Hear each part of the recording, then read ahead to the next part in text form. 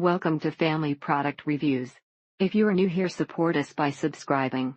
Today we will be reviewing the Punky Purple Semi-Permanent Conditioning Hair Color, vegan, PPD, and paraben-free, lasts up to 25 washes, 3.5 ounces. Although this is not strictly a purple color, it came out a strong pink-purple hint. Punky colors on the same hair afterwards with no change in technique, or anything 3 months.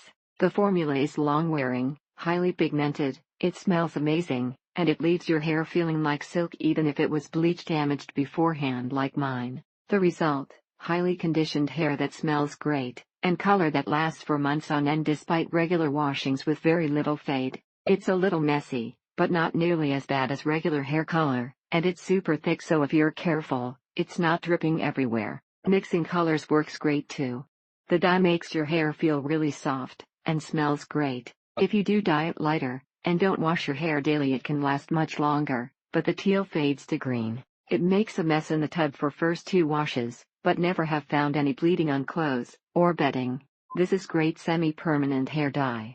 It's super vibrant on bleached hair, and continues to look good even as it's fading out. The jar says to wait 24 hours after the initial application, and rinse to wash it. There is no chemical smell at all, actually smells quite good, and it conditions very well. It has a grape scent that is pleasant, and it goes on thick so it doesn't drip. What is so fun about this stuff is that as it fades a bit, it turns from a vibrant blue to tones of blue, purple, and pink. Hands got a bit tinted when applying product after blow drying, but that's to be expected with high pigment dyes. If you're going to leave the dye in overnight, wear a shower cap, and lay down a towel. When you rinse the dye out of your hair, do the first rinse with water as cold as you can stand. Then, take a small amount of sulfate-free shampoo, and gently work it through your hair. Also, some comments mention that the dye is conditioning, and this was not true for me. Yes, it comes out easy with bleach, or a magic eraser, or nail polish remover. It does bleed a lot for the first 2 weeks, but since then it has barely left stains. It highlights the dark hair, and gives the gray and white a splash of brighter blue. As you can see, the brown blonde turned green, and light blonde became the advertised shade.